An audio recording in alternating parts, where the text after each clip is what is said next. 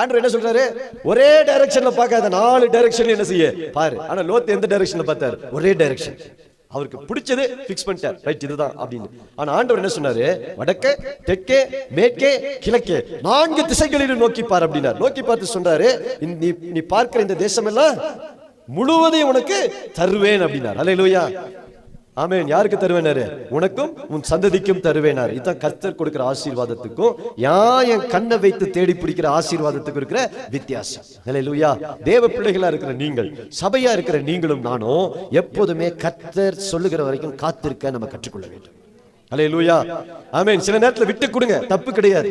விட்டு கொடுக்கிறவங்க விட்டு கொடுத்துருங்க. கர்த்தர் உங்களுக்கு அதை விட 2 மடங்கு தர வல்லவராக இருக்கிறார். ஹல்லேலூயா, ஹல்லேலூயா. நிறைய நேரத்துல சண்டை போடாதீங்க. ஆபிரகாம் லோத்து என்ன செய்யல?